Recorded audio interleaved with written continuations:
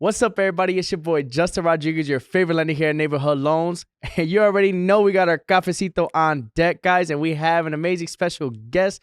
And I'm super excited to introduce Alejandro Trujillo, part owner of Remax Next. He's also part of NowRep, and he's a part of the education sector, guys. So it's all about educating our peoples in the industry and outside of the industry, because not a lot of people know about real estate and just how to build generational wealth. So it is a pleasure to introduce a man of entrepreneurship. It's a pleasure to honestly to meet him, because there was points in time when I was on social media myself and I was like, oh, it'd be cool to meet him and then actually be in the same room as you. It's a pleasure, brother. So thank you. If you want to introduce yourself, you can go ahead and do the thing. Thank you guys for having me on the show. I think we had a really good pregame here, pre-show meeting. It was awesome. I appreciate the hospitality and the invite. I as well as one of those people where like you follow other people and you're like, oh man, that guy's cool. Yeah. Follow. Yeah. So I appreciate the invite. I'm happy to always share and happy to just always have a good conversation with folks, man. I feel like dialogue really solves the world's problems. For real. It's crazy how communication, in some cases can be misconstrued, but like when you actually have a sit down conversation with somebody, like for example, you see someone on social media one way, right? Then you meet them in person and you're like, oh, this is a genuine person. Because a lot of times you see people and they seem a lot bigger than what they are. And then you meet them in person, you're like, oh, they're human. They're not. I guarantee if you were to meet the Grant Cardones of the world, the Gary V's, you meet them in person, you're like, oh shit, they're actually cool people. Really humble. Yeah. And I think that's what social media sometimes doesn't forecast, right? Like we see, like you said, you see these people in their element and you're like, you paint them just as big as God or this figure. And you come to realize they're the most simplest, humblest, most dynamic people ever. And you realize, I'm like, I painted this person to be X, Y, and they're just like me, And right. I think relatability is one of the biggest topics in every aspect of business and human being. I think we got to chill on the whole social media and living, what is that, being related to the Jones and all that stuff. So yeah. How do you feel, as if kind of dive into what you just said, how do you feel relatability has built your business? It's actually one of the biggest things that I struggled when I first got started. I understood things the wrong way. I really thought that I was painting a picture of somebody that I was not, honestly. I was trying to be somebody. I was trying to speak a different way. I was trying to express myself. And I realized that I was, I always call it faking the funk. I was faking it, and I wasn't really being myself. And I've got caught up in lies and, started making up these stories. It just didn't make sense. And I come down to the point where I'm like, you know what? Like, I am who I am. I'm going to be who I am. Authenticity really starting settling in. And, I went to a networking event and I met this great speaker. Her name's Lee Brown. She's an agent down in Alabama or South Carolina, southern towns, Yeah. And she wrote a book that said authenticity is your best sales weapon. She signed it for me, and I kind of expressed my struggles with her. And she looked at me and she said, she closed the book in front of me. She said, he's like, you gotta be kidding me. He's like, with your personality and you're struggling, authenticity is your best sales weapon. She opens the book, she signs it. She says, I don't want to hear you ever complain again. After that, I was like, okay, sorry. And it just clicked. I just realized, you know what? My face, my character, who I am got me this far. I'm going to continue pushing that forward. And since then, I just continue to evolve from that, man. I absolutely love that story. I think I resonate with that so well, because that's how I built my business. Like when I first got into the industry, I was like, okay, I knew that sales was very hard, because everyone had told me, is like, you take 5 years to really establish yourself in the business, to really grow in an industry and build your name, build your brand. But when I first got into it, I knew that my number one trait was my personality, right? 100%. So when I first started meeting people, it was pretty easy for me to actually dive into the business, because I was very relatable to people. I just talked to people the way I did, talk to my friends every day, and it eventually grew and aspired to be the business that I have grown thus far. But what interests me about you and your story, man, is that you've had so many different career paths that like it kind of is like a roller coaster to go up, down, left, right. So now to see where you're at right now, it's really inspiring. So for those individuals who really feel as if they're not knowing what they want or how to get where they're at today, what advice would you give them? Because obviously you've done a little bit of everything. So I've done a lot. Yeah. I've done a lot in my 36 years of life, I would say. yeah. And I always tell my wife, like, look, if I were to go today, if the man upstairs says, "Hey, you're done," I actually would not have any regrets, Yeah. because I've done things the way that I wanted to do them without anybody's dictation, and I just didn't give a crap about Yeah. it. And I always kind of focused my beginnings as a poor man, Jim Carrey's role in Yes Man. I don't know if you ever watched that movie. No, I haven't. I actually So it's a great movie. It's actually 5 years old. And the theory about this, you have this grown man who never says yes to any opportunity. He doesn't want to go out. He doesn't want to meet new people. Doesn't want to try new things. And he was like breaking his life apart, to the point where his friends were like, "Hey, like, we need an intervention with you." And they took him to this seminar where they had this guru talking about, like, you need to say yes to every opportunity. And the minute that he started saying yes to every opportunity, like, his life completely changed. He met a beautiful woman. He took opportunities that created more wealth. They got a better job, got a better just overall life experience. Growing up in Little Village, I grew up in Little Village in the 90s. I realized that the elements around me didn't create those opportunities. I saw what was happening around me, and I realized I wanted to be part of that. I wanted to be around the chaos. So I've always was trying to search and seek new opportunities. So I was saying yes to everything. And throughout the course of my life, curiosity always led it. And it was more about, like, oh, I want to try that. Oh, I wouldn't mind doing that. Oh, I could do that. Oh, that'd be cool to do that. And just rolled into today's conversation. Yeah.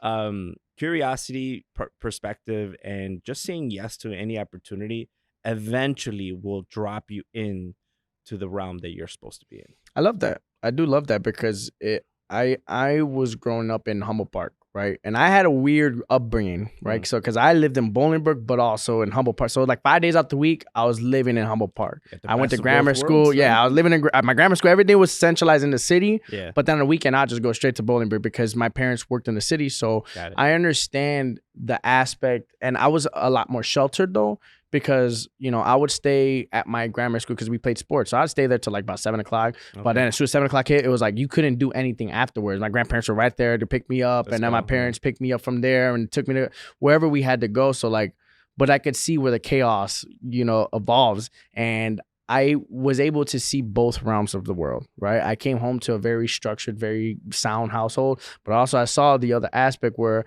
people's parents were gangbangers, people's parents are divorced, you're surrounded by a lot of those people.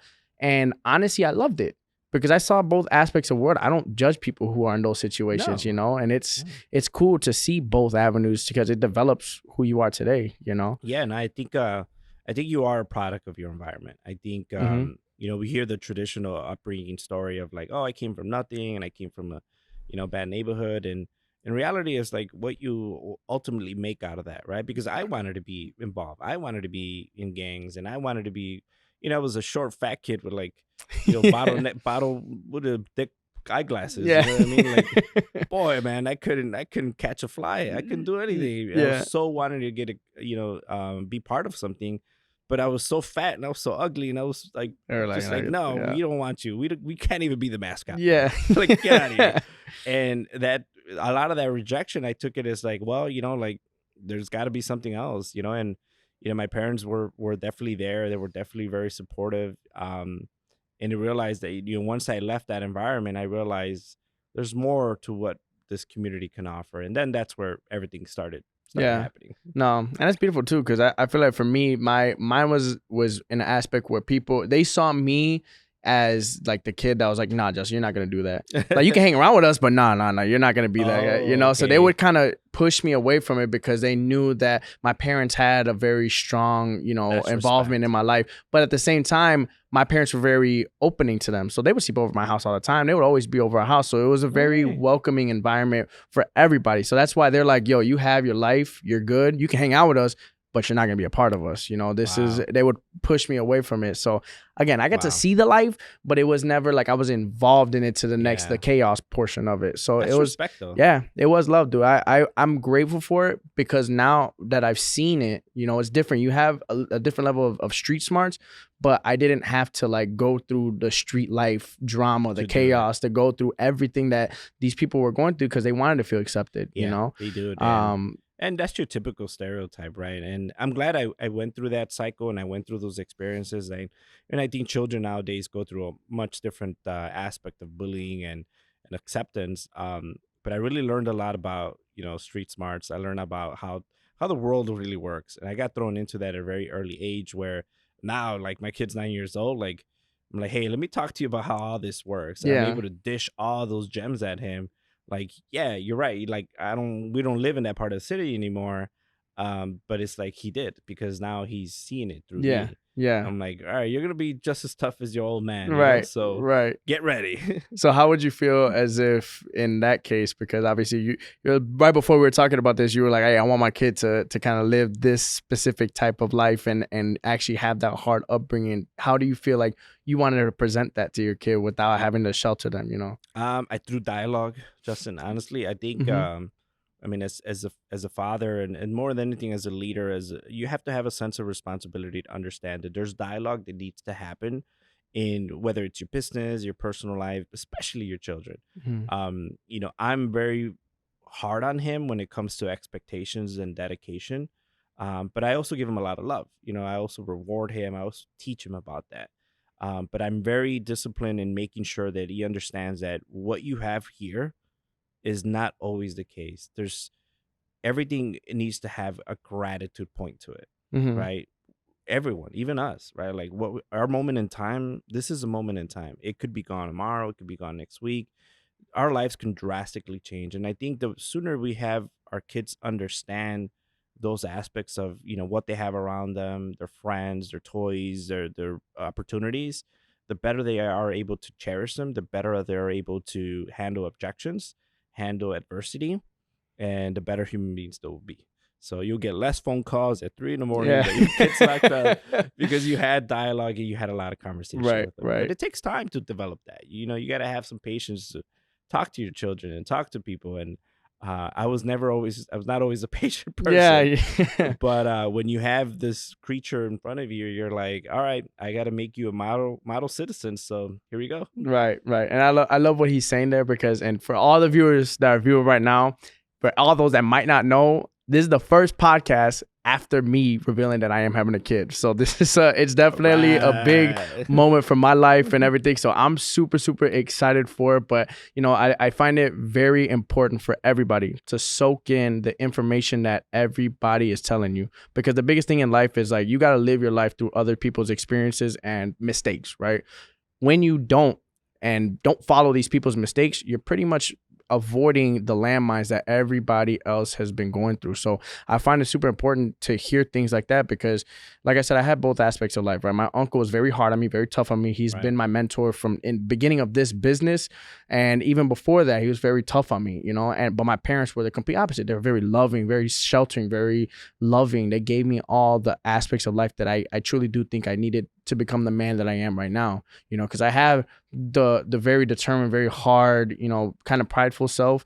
Right. And I'm not very prideful, but my parents gave me the very kind-hearted, loving spirit that I feel as if I needed in the real world. So that way, Absolutely. I can progress in life. So I look forward to taking advice that you give and, applying it to my personal life right now. Yeah. So I really appreciate the words, but I think the biggest thing that I want to shine light on is also just the journey, bro. How did you get to the Alejandro Trujillo where you are right now, man? Oh my God. I mean, where do I start? I mean, I think every start has to do with kind of like that pivotal point. You ever hear that? Like, hey, like there comes to in your life, there's like a point of no return.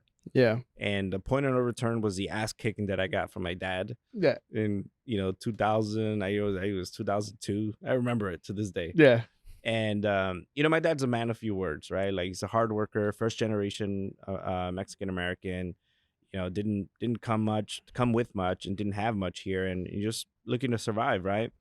But the one thing that I value from my dad is the work ethic that he showed me.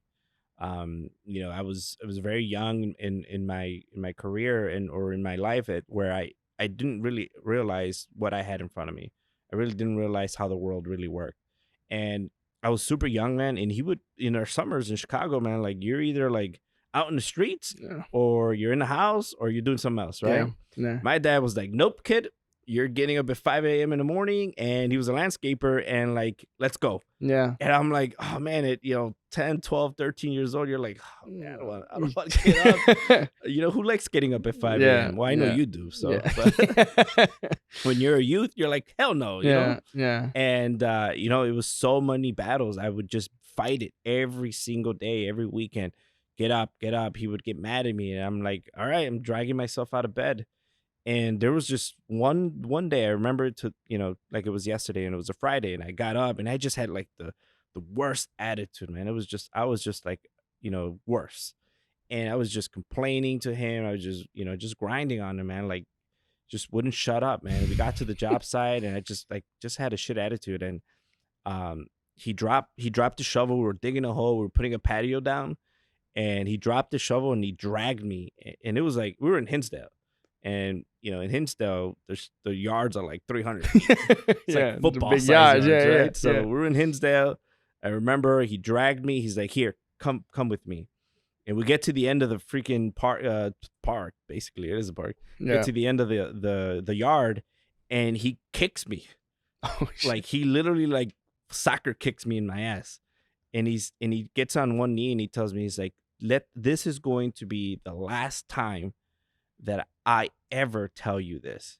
He's like, and he looks at me and he grabs me by the face, and he pulls his hand up. He's like, look at my hands. It's like, look at my knees. And he did a lot of cement work, so his hands were all busted open, cement. And he was like, you think I love doing this? You think I want to be here? Look at me. Like, do you think this is what I had planned for myself? No. It's like, you have to understand. And what I'm trying to tell you is that you need to learn to build your life and understand to make money, build a future doing this manual labor, work with the sweat off your back. He's like, so you could eventually figure out to use your mind to propel you forward in whatever you want to do. Until you know that, until you know how difficult this is, he's like, you are going to fail. And he got up and he kicked me again. And he walked off. Oh, shit. Bro, I was like, what? What just happened? He's never talked to me like that. He's never said anything like that. I was just like blown away, man. Ever since then, I have so much respect for my father. I got up before him. I had lunch ready. I had the tools ready. I was at work, man. Like, hey, what do you need me to do? 5 holes? I'll give you 10. Yeah. Wheelbarrow, cool, got it. Yeah. I never complained after that. And my dad never brought up ever again. My dad's 75 years old, and he's never brought that up ever again. He's a man of few words, but that moment in life, man, was a pivotal change for me. Oh, and that's something. That's crazy, I was just dude. like, okay. Yeah, I'm sorry, Dad. Sorry, Dad. And I never complained. And to the day, I realized how lucky I am to be in a position, to be doing what we're doing. And I'm never taking that for granted. I'm never taking that for granted. And every opportunity that came after that, I fulfilled it to the fullest. I worked 150%. I didn't give it 100. I gave it 150% because I realized if I don't do this, I'm going to go back digging holes, which is honorable work, but I don't want to do that. Right, So I'm going to right. give it 150% on this. So it's the philosophy. That philosophy propelled me into, going into high school and, getting involved with, with academics, and eventually falling in love with music. It was one of those moments again where like the curiosity peaked. And actually that one was more like the women aspect of it. Yeah.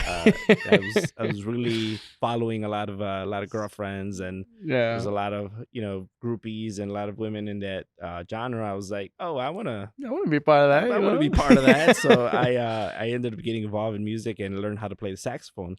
Yeah. And I traveled for 4 years, which is a whole different aspect of life, man.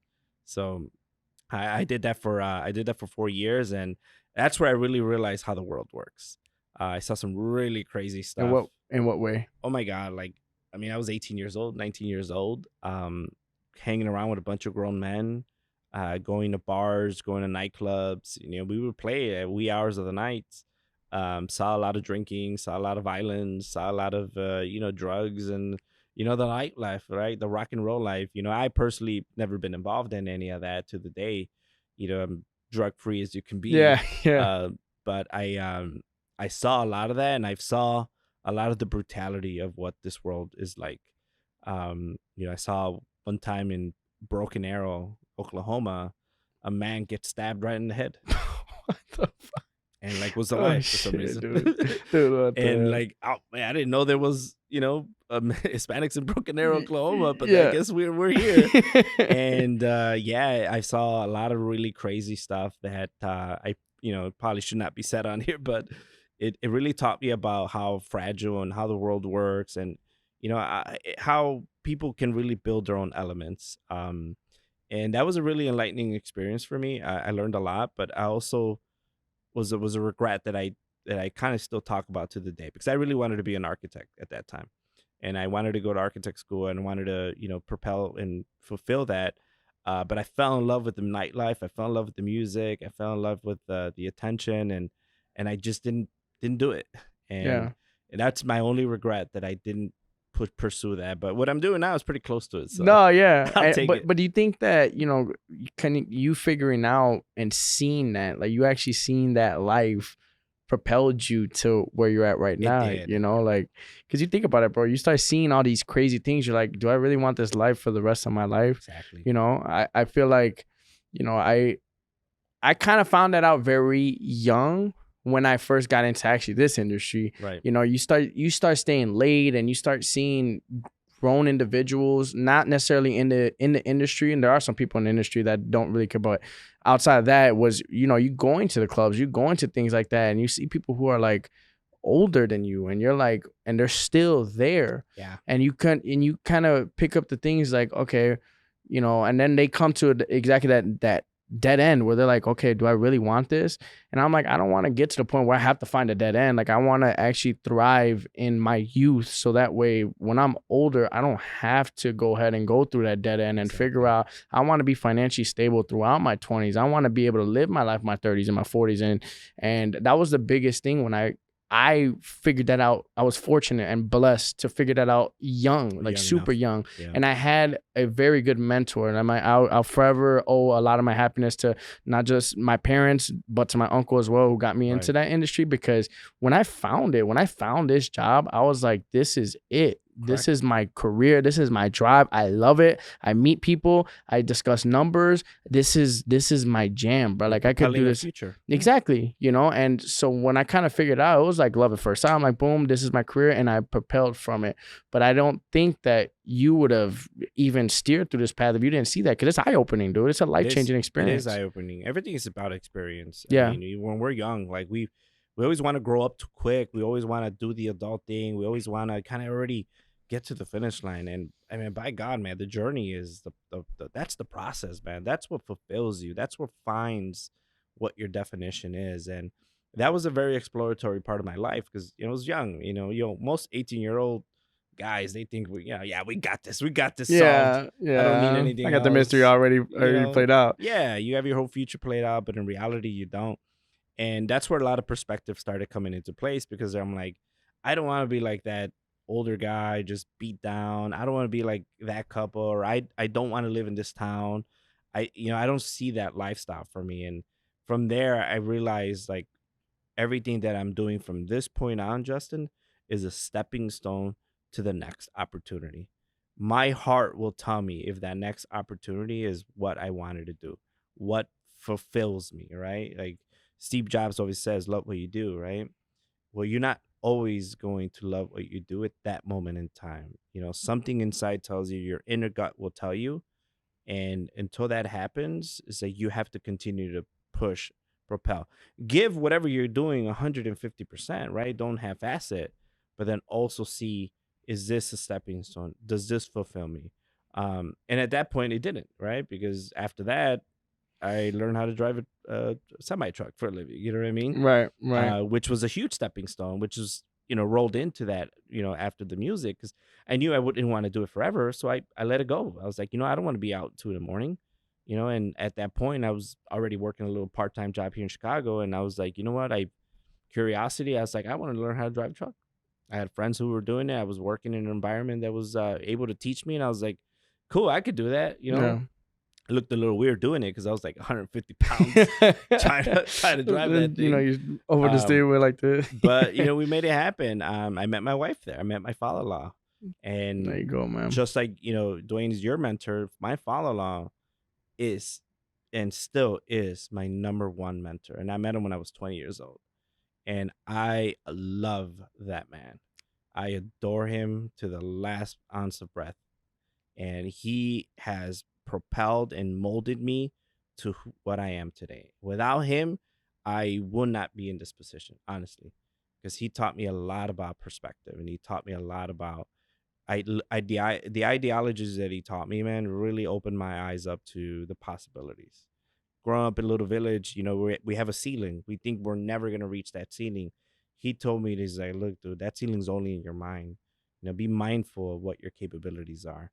And ever since I met him and I learned from him, and I spent a lot of time from him. He's a Vietnam veteran. He's an old timer. I've seen a lot of stuff. I looked at it as like, why wouldn't I listen to him? Yeah. Why am I, who's me to tell him that I know better? And I took his wisdom and took off from there.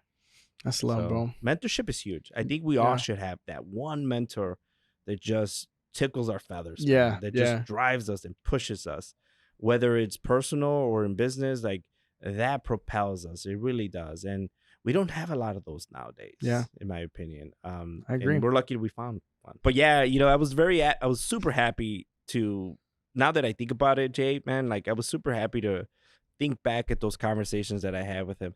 And most people are like, oh, you have a mentor. I'm sure you guys are hanging out, drinking beer. I was like, no, my father has never touched alcohol or drugs ever. Like, his only addiction is women, which we can all relate and some not relate, right? Yeah, but no. I would say, you. his biggest thing was, he loved drinking Coca-Cola, and we would spend like summer nights, man. I remember vividly just talking about the war and he failed. He failed like 4 times in his lifetime. He failed when he was 55 years old. Like, you figured, okay, most men are looking to retire. They're ending, their work life at 55. He had failed. He was trying to build and build, and he never was able to do it, but he never gave up, and he rebuilt his life in like 10 years. What did he fail at? He was trying to open up a restaurant in Texas. So he was in Vietnam. He came back. He built life. He met my mother-in-law. Had my wife, and he's a natural entrepreneur. He had owned some real estate. He did some rehab. He was a roofer. Like, he was just natural entrepreneurship, right? And his passion was food, and he wanted to open a restaurant. He was trying to do it with his family, and boy, that didn't work out. Yeah. And he gambled on it. And sure enough, that's when, do you remember in the 90s when the peso devaluated through because of NAFTA, because of the trade agreement? That literally crumbled his business. And he literally came back to Chicago with like nothing. Fuck. He came back with like $10 and a 1969 Oldsmobile 442 that I currently have in my garage. Oh, that's awesome, bro. And he rebuilt his life in 10 years to where he was able to buy a house, have enough money, retire, pay off his house. Like, he did it in 10 years, where sometimes most people can't do it in their lifetime. Right. So I've learned so much through his trials and tribulations, and I seen the road that he travels. And I say the same thing. I'm like, that man or person, that woman has gone through that road. Why wouldn't I listen to him? He's seen those rocks. He's going to tell me, hey, like, there's a pothole in mile marker 2, like, swerve left. You know what I mean? Like, you have to be able to listen to those people. But we live in a world where there's just so much noise that we just do not shut up. We just need to shut up, take a step back, and be like, okay, logically, that makes sense. Cool. Let's move forward. Yeah. But, it's without those mentors, man, it's it's a good road to travel, but the GPS helps. Yeah. They're like GPSs. Well, yeah, I mean, no one can say that you can't live life without a mentor, because you 100%. can 100%. I'm a firm believer you will always, always, always and forever, you will figure it out if you have the drive and desire to figure your situation out. You'll 100%. always figure it out. But a mentor will allow you to make a 10-year experience, shorten that to a 5-year experience, because you can just allow yourself to, instead of you having to go on the side of the road to change your tire, now you knew, okay, I made a left on mile marker 52. Now I am going to continue on my trip, because it's Yeah. going to be a lot smoother of a transition, Smoother than a you know? transition. And I feel like the one thing that your mentor was super important is he was in the military. So he had that discipline, like, hey, look, Absolutely. you knock me down, I'm going to get up. Yeah. There's not really anything that can pretty much, I've seen everything in life. You Yeah. know, so that's a really strong trait to have, and it reminds me of Think and Grow Rich. You know, that Oh, was that's one of right. my favorite books of all time. That changed my life. You know, just being able to hear people's life experiences on continuous failure, and keeping your head up and staying disciplined. You know, there's not really anything secret to the path to success. The It's not blueprint's already secret. out there. That's what I'm saying. I think it's been for years. You know, Henry Ford failed multiple times. You know, Michael Jordan didn't win the finals for how many years? LeBron James failed how many times in the finals? You know, there's so many people that have failed, but Right. if they still, till this day, wake up every single day and continue to do their life action. So I think it's super important to have people like that who have failed, but almost give you that reassurance, because I think that when I first got into the industry, one thing that really helped me was the people around me never really made my dreams feel crazy. I surrounded myself with eagles. So now when I'm telling them, oh, I want to do $20 million of production my first year in business, it wasn't like, oh my God, because I surrounded myself with $20 million producers. Mhm. So I was just like, oh, just another guy in the group, in the circle that does. You are who you're with. Exactly. You It's know, huge. so it developed me into the man that I am, you know, and just being able to see people who are actually doing it, and you meet them, and again, they're human. They're not anything different. So you're like, okay, if this person can do it, what are they doing? How can I recreate the wheel and put my own spin to it and create my own business out of it? You know, so I highly respect what you're saying, bro. You know, Yeah, it's true. I mean, I think everyone's an open book, and everyone has a version of their own success. So whether you're a lender, you're opening up a laundromat, you're a realtor, whatever the case may be, like your version of success is your version. It doesn't always need to be someone else's. Like sports is a great analogy, right? It's a copycat league, right? But everyone puts their spin behind it, and the greatest developers, the greatest adaptations of the game, they become great because they own it, they make it their own, they put their flavor, they put their style. And not everyone wants to do 100 transactions, not everyone wants to be $50 million producers, but you could build your own perspective, you could build your own life and your own success story, and never be afraid to more than anything say that that's what you want right now.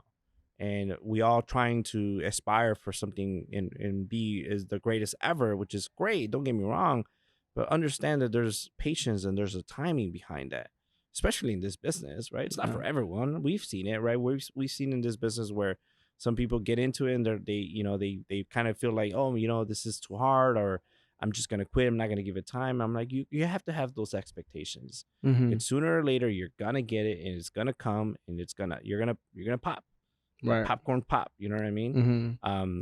But we need to have more voices out there to kind of embellish that, in my Right. opinion. But I feel like another biggest thing that people don't kind of understand is they don't have that level of discipline to fail, but look failure in its eye and be like, I'm gonna keep going. It's part of the process. You know, that's growing pains, bro. It's part of the process. You have to get knocked down in order for you to make 2 steps ahead. You know, and that was a big portion of just my life, and I give all the credit and power to my parents, because that was something that, like we talked about before, Right. I grew up like that. Right. It was like baseball training, 6 a.m, school, wake up next day, do the same thing over and over again. And it was just a regimen, a routine that I got used to. So now, like you said, I wake up at 5 a.m, but it's not like I gotta wake up at 5 a.m. It's like I've been trained so long to do that it's almost like a part of my life. It feels weird when I don't do it. I get up and I'm like, I feel guilty. it's like, damn, I didn't do what I was supposed to do. Like now Yeah. my day is a little bit more off. Now, now I'm starting to think during my day, or okay, tomorrow I'm gonna do it. I'll make sure I do it. And it's a part of routine. It's part of you now. Right. It really becomes part of you. And the discipline is everything. And yeah, every person who's successful right now has failed. They failed dozens of times. Some very tragic failures that people don't even talk about today, but it makes them who they are today. Mm-hmm. And without that adversity, like everything worth hard doing is. Yeah. You know what I mean? That's the whole point of it. Because of course everyone would be making it if it was that Right. easy, Right. right? But just it more than anything is understanding that it is part of it. And Right. you see it. You have so many success stories in here, Yeah. and they all have the same kind of blueprint where they struggled at certain points, Right. so points of their career, right? Right. And it's astonishing. I think as we get the world onto its feet and we look at the next 5 to 10 years, I think honestly it's only going to get worse, Mm-hmm. right? Like these failures are going to continue to happen, and how you deal with them is it's what's going to define you the next 5 to 10 years. Right. And one thing that a quote that I love is that people fail 72 times, but then once you succeed one time, then you're an overnight success. Yeah. But no one sees the whole 72 other times that you actually failed, Yeah. And I love that because it's true. Everyone sees this like the glitz and the glam. Oh my God, you're doing so well. You're doing this, but no one really saw all the trials and tribulations that had to lead up to the point that where you're at right now. So one thing that I respect about the growth for you and all the things that you've accomplished over the time is that you've have seen so many different avenues. And one thing I want to shine light on is what you're currently doing right now, because it truly is inspirational, bro. Like you hear all the stuff that you said already thus far in this podcast, and I guarantee people who are watching right now have no idea how successful this man is. Like he's a part owner of a real estate brokerage you can share how many agents you have. He's starting new endeavors and opening his own mortgage company. Like there's just so many different things that you're doing. A part of NowRep, like how does it feel to be in a position you're in? And did you imagine yourself being in this position? No, honestly, no. I think about it I actually think about it every single day. I wake up with a lot of gratitude in the morning. I spend time in the morning to really put myself in this moment in time and really think about the legacy that I'm going to be leaving behind for my kid.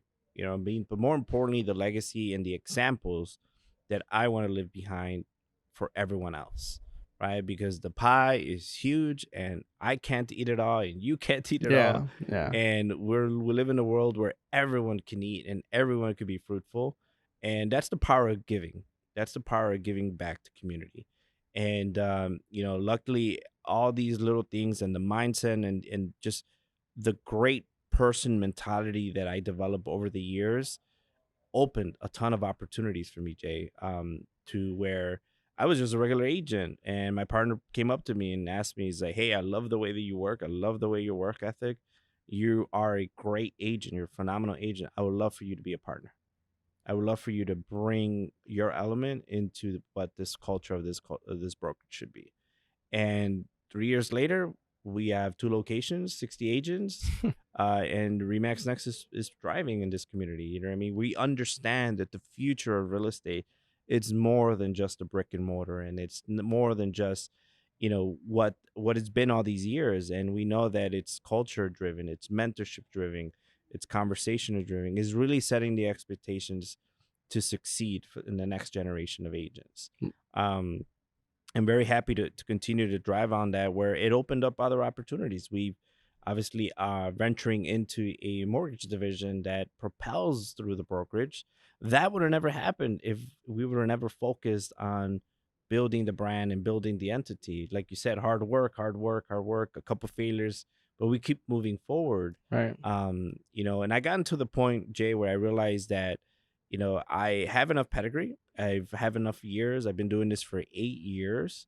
I have a really great book of business. I have really great, people around me that we needed to give back. I needed to give back. We needed to advocate for examples. So NARB Chicago was a great opportunity that I took upon last year. I do education for them. I run their education department, where we're able to bring speakers like you did. You were happy that you attended us last month, to give back to the community and to give those perspectives and to give that knowledge, but more than anything, Justin, Yeah. inspire and let people know the road to success is the one year in front of it.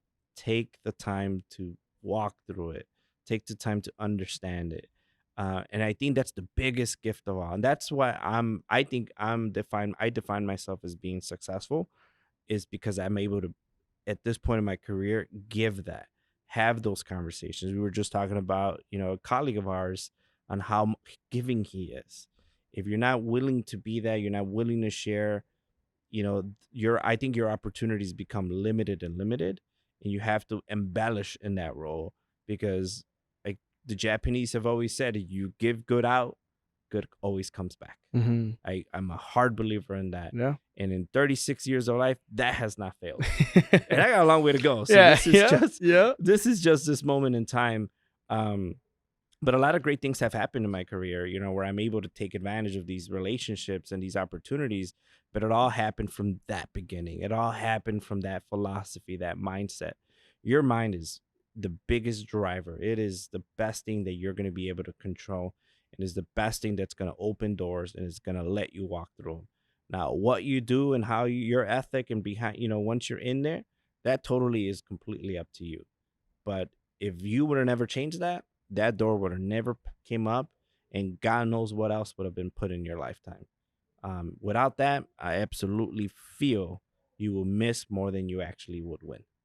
So I let's love start that, looking. bro. I love that. He's preaching. He's preaching. I love it. And I think the biggest thing that I love what you said as well is just about inspiring. Correct. Because I feel like I'm at a point in my career where I'm still have a lot to prove. Oh yeah. But I love when I see people who come to me and like, oh, how did you do it? What did you do? And I love just sharing that it's very achievable. I'm not doing anything special. I am not at all. There's nothing that a secret formula that I got a book of business that I've been calling in for. I don't have any of that. I don't buy leads. I don't do anything. The only thing that I could preach to people is truly meet as many individuals as you possibly can, regardless of whether it's business oriented and you want to get business from an individual, or whether or not you just want to learn their path to success. 100%. And you can really just get inspired from words. And I'm word heavy. Like if people speak to me, I can actually envision what my future can be through people's words. And I think that's a gift that I currently have, because that's awesome. Some people could talk to me. I could listen to motivational videos. I'm like, all right, I got to go. It's time. It's ready to go. I'm ready. Let's go.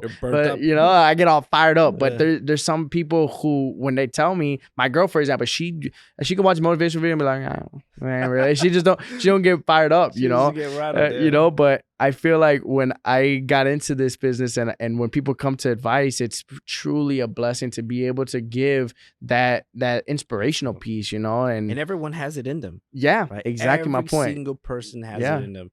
And people are like, oh, why is there so many network events, and why is everyone talking about the same thing? I was like, because you got to understand that there's certain people that will resonate the message different from one person to the other. Exactly. So the goal is to continue to inspire the people who haven't been inspired just yet. That's beautiful, bro. Right? Isn't that true? Yeah, no, that's beautiful. That's beautiful. And honestly, one thing I do want to circle back into your brand overall, because I know you kind of spoke a little bit about your brand. Your brand is different, bro. And I love that about you still have that big Remax, logo name. Obviously, there's a lot of credibility behind the Remax name. But you're a lot different than every other Remax. You don't have the conventional red, blue, white. No. You guys got the black and white. It's a little bit different. I love that. So give me background on that. We're a little edgy, The philosophy, we're not the traditional red, white, and blue, respectively. I think that brand works very well in different markets. Yeah. But we understand that we're in mighty Chicago, man. Yeah. And Chicago, we're very exploratory in the way that we brand ourselves. And ladies and gentlemen, if you're not branding yourself, you're doing something wrong. 100%. Because you know what? Michael Jordan would not be Michael Jordan without Nike. Nike would not be Michael Jordan without Air Jordan. Yeah. And that is huge. And I just watched that movie, by the way. Yeah. Yeah. And branding, then that's the philosophy behind the black and white, right? We have a tagline, we have a logo, we have a phrase and something that we always live by, that the face and the future of our industry continues to be the agent in front of the consumer. If the consumer can propel and branding is divided in so many different aspects, but the consumer will always remember the agent, the loan officer, based off that person's ability to close the deal, provide that service, right? So we're very focused on making sure that our agents are branding themselves, are building a business within the business. Because most of us don't look at what we're doing as a business, right? Like Right. you're an entrepreneur. Some of us are not natural entrepreneurs. So we strive on bringing that element of entrepreneurship, building that element of like, hey, this is a business that can propel you and feed you for the next 30 years if you know how to brand it, push it through fundamentals. And the black and white, the tagline, the philosophy, the mentorship, but more importantly, Jay, the culture behind a good brokerage is key. Knowing that everyone that came in here has brought and took those fundamentals and just took off with them in their own secret sauce, in their own way, through their authenticity, through their branding, through their ways of being able to captivate. Yeah. And that is the most rewarding shit ever Yeah. because we're like, I remember you a year ago where you were like scared as shit. Here you are closing 12 deals. Right. Great job, kid. You know what I mean? And that's what we're proud of. And that's what we're looking to continue to build in the years to come. Continue to push that because we know we have the next generation of lenders, next generation of realtors that are still yet to get their peak. So we're excited to see what the next 20 years. We're so young in our industry. Yeah. And I love that, bro, because I think that, you know, there's one thing to hang your license somewhere. Correct. And then it's another thing to have your own personal brand, you know. Right. And it's just being able to grow and aspire. Well, first off, I love the logo. I love it. It's pretty cool. But outside of that, being able to have these agents just create their own image. And I know a lot of your agents are very highly on social media. You know, I did a podcast with one of your agents, and it's cool to see that all these individuals are really growing in the industry, utilizing social media as a tool. And for all the people out there, I preach this all the time. I think social media is a very, very great tool to just mend bridges, being able to grow your business, grow your brand, get yourself out there. I don't think it's the end all be all. That's the only way you're going to generate business. I think you should use it as a tool to generate business if you are an entrepreneur in any sector. It doesn't matter what it is, but allow yourself to still have that human interaction and utilize that to mend a bridge so that way you can have that human interaction and have conversations like we're having right now. Because at the end of the day, social media is great and all, but if you don't actually put forth the effort to meet these individuals in person and actually build a relationship, then all the things that you're doing isn't really going to pan out the way that you want it to be, because human interaction is super important. That's never going to go out. Unless, you know, Apple with all that crazy, you know, vision board and all that stuff, it comes out. That's and a little wild. I saw that yesterday and I was like, oh boy, I keep thinking of that movie Ready Player One. Yeah. I was like, here we are. This is the first step towards that. Yeah, there's so many. Yeah. I'm done. It's scary to speak about that, because then it's hard to, there's so many movies about that distinguishing real life versus virtual reality. Like, how are you going to be able to distinguish the two, you know? I don't know, man. I can't see that just yet in our future. And Yeah. I mean, I think everyone is like embellished with what AI can do and the future of our business in that. And I think, honestly, the real estate industry will have certain pieces of technology that can be allocated for that. But at the end of the day, and we think about it with so much tech now, people still do not know what escrow is. People still do not know what the loan estimate is. And I believe that Chat GTP or AI is not going to be able to explain it. So to me, if I can hone in on that and build my relationships, I don't care how good looking that robot is. Yeah. It ain't gonna replace me. Yeah. And I love that, because I built my business, and I know you sure have too. It's about relationships. That's all it is. There's not really a secret to how you build your business. It's just having that human interaction and treating people like human. If you really want to have a successful business, treat people like they're human, earn their trust, and over time build the relationship so that you're an overcoming client. You keep going referral based. Everybody's going to want to utilize you as their either lender, realtor, attorney, you know, car salesman, whatever it might be. You're going to be that person who is just relationship based, and they're going to trust and confide in you because you overall gave a great level of experience of everything. But I want to just say thank you, bro. You have been a pleasure. You've been dropping gems all day. So I Thank really you. do appreciate it. Everybody who's watching, if you guys have any questions, I'm going to have all his contact information down below.